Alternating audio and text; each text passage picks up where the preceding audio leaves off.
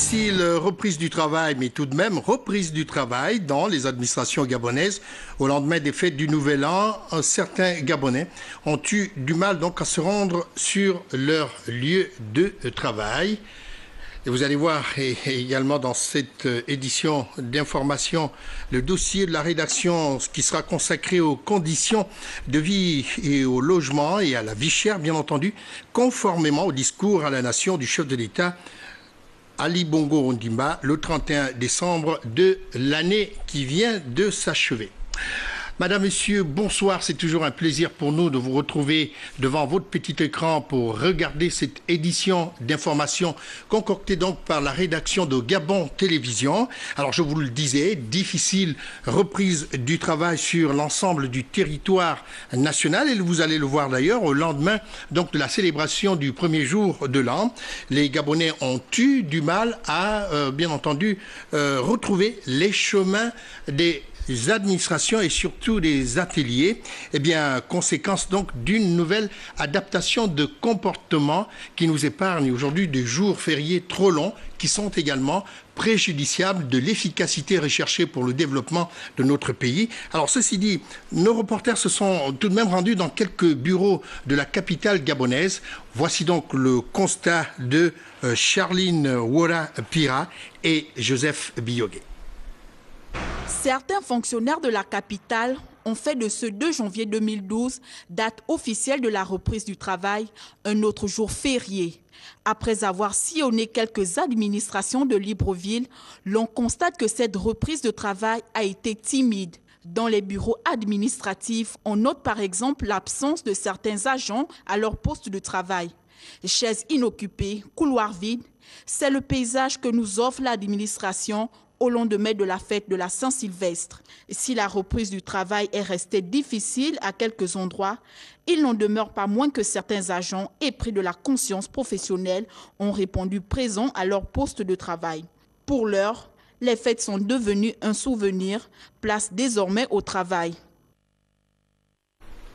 Nous restons toujours dans le cadre donc du discours du chef de l'État Ali Bongo Ondimba, vous vous souvenez, le 31 décembre dernier. Et vous le savez encore, notre pays est littéralement engagé sur la voie des réformes qui sont impulsées par le premier des Gabonais que je venais de citer, Ali Bongo Ondimba. Des réformes qui touchent tous les secteurs de la vie de la nation. Et lors de son adresse aux Gabonais le 31 décembre dernier, je reprends, le président de la République a donc annoncé le transfert des compétences de la CNSS à la CNAM-GS. Alors Jean-Augustin Ndiengui nous relate un peu tout cela dans ce commentaire, voire dans cette analyse que vous allez suivre en ce moment.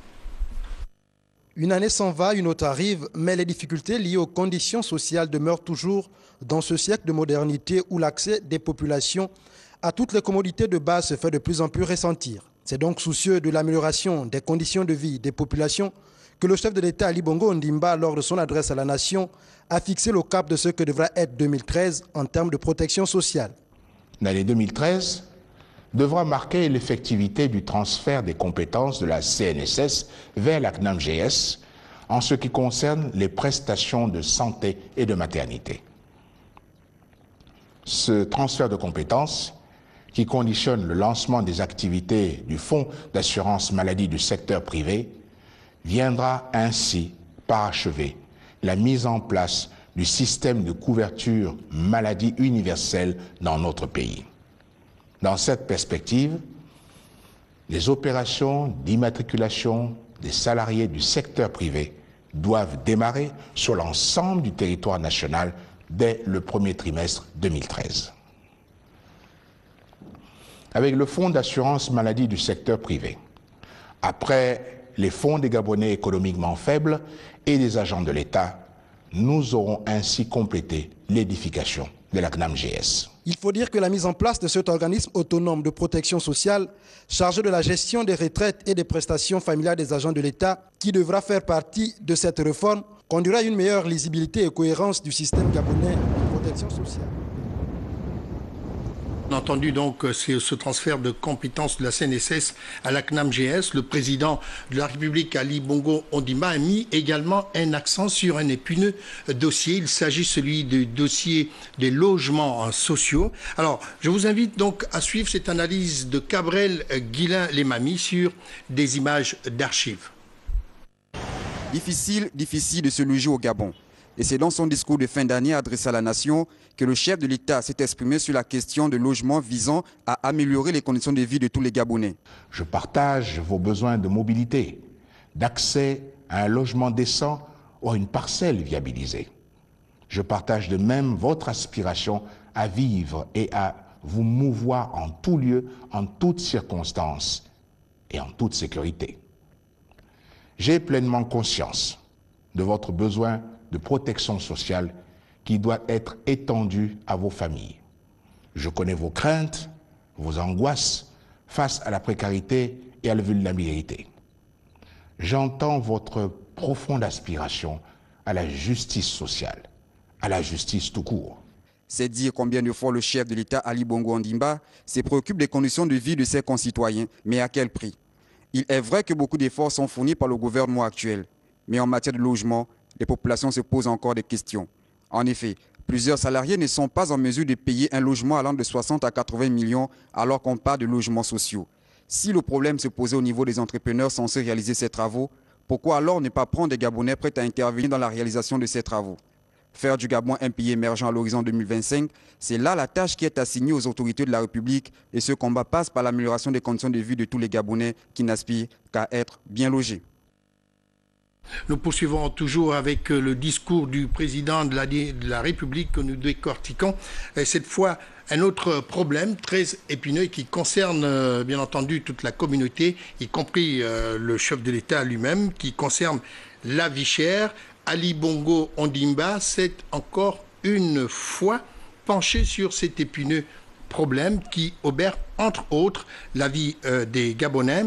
Un second appel lancé en direction des administrations concernées pour réguler donc ce phénomène. Voici l'analyse donc de Paulin Siaki sur des images d'archives. Dans son discours de fin d'année, le président Ali Bongo Ondimba est revenu sur la question de la cherté de la vie. Comme il a coutume de dire, je ne serai heureux que si les Gabonais sont heureux.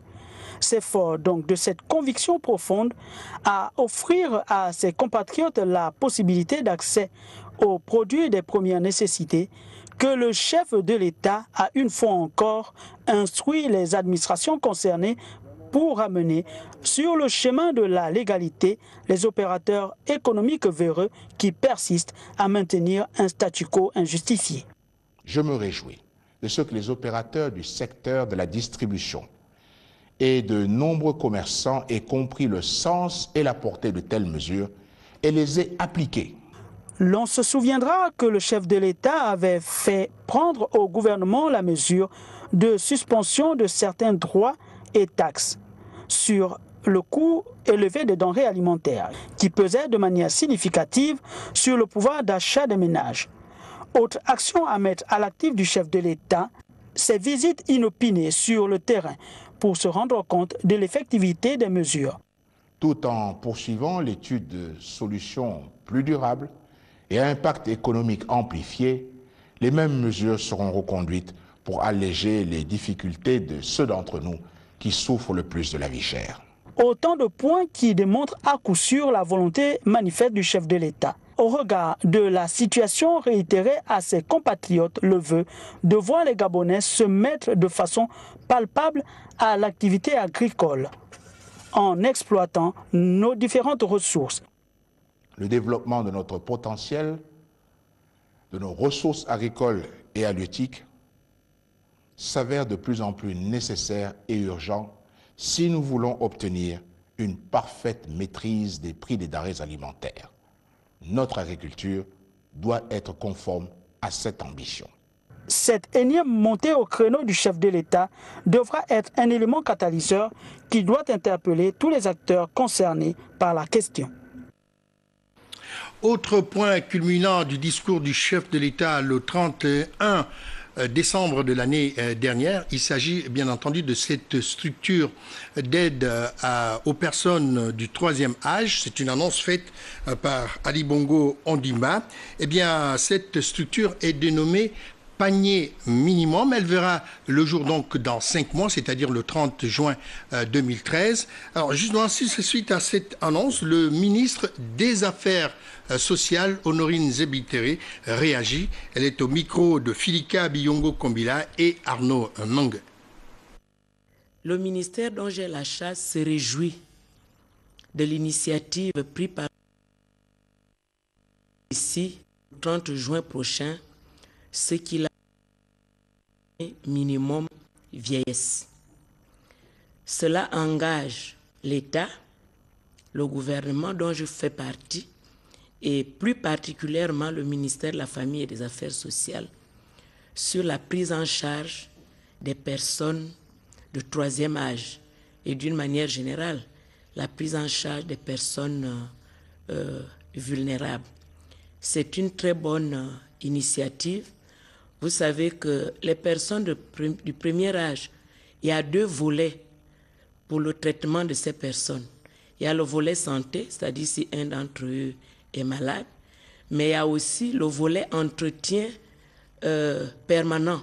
C'est-à-dire que même si cette personne n'est pas malade, lorsqu'elle n'est pas entretenue, lorsque cette personne n'a pas un entretien affectif, parce que le chef de l'État a parlé des personnes qui n'ont pas d'enfants. C'est très important parce qu'à un certain âge, les enfants prennent le relais des parents. Or, lorsque quelqu'un n'a pas d'enfants et lorsque sa famille ne vient pas au secours, cette personne peut tomber malade tout simplement parce qu'elle n'a pas d'affection. Vous savez que lorsque quelque chose se crée, il faut que nous nous réunissons au ministère de la Famille et des Affaires sociales pour poser les jalons de cette structure. Parce qu'aujourd'hui, beaucoup de personnes connaissent Mélène. Mais Mélène, c'est la gériatrie. Et c'est ce que je venais de dire. C'est la prise en charge des soins de santé. Or là, il s'agit, si j'ai bien écouté le discours du président de la République, d'une prise en charge presque permanente. C'est pourquoi je parle de la création des structures d'accueil.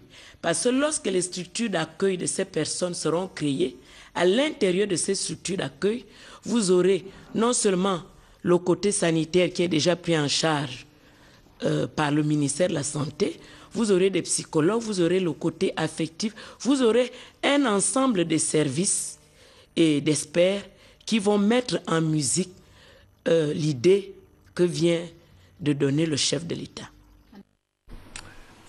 Voilà, donc vous venez de suivre là le ministre des Affaires sociales, Honorine Zebitere, qui vient de réagir par rapport à cette annonce que le chef de l'État a mise à la disposition des Gabonais en ce qui concerne la création donc d'une structure de prise en charge des personnes du troisième âge qui est appelée donc panier minimum. Alors, on reste toujours dans les affaires sociales et nous avons un invité sur ce plateau. Il s'agit de monsieur Didier Manika, chef de service communication et relations publiques à la CNAM-GS. Bonsoir monsieur. Bonsoir monsieur. Alors on peut dire que c'est une bonne nouvelle pour la CNAM-GS, ce transfert de compétences qui se fait de la CNSS à la CNAM-GS. Aujourd'hui, cette prise en charge qui est totale, je dirais même, et vous me le démentirez tout à l'heure, pour les missions qui sont assignées à votre organisation. Comment vous prenez ça, vous, déjà, en début d'année comme ça?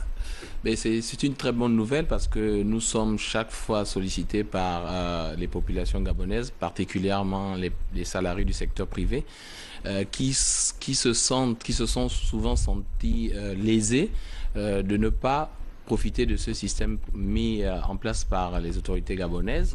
Nous leur avons toujours dit que la prise en charge de la population gabonaise se fait de manière progressive. Nous avons commencé avec les Gabonais économiquement faibles, ensuite les salariés du secteur public.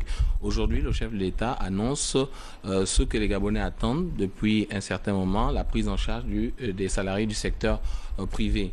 Pour nous, nous sommes bien évidemment en prêt pour cette vaste opération.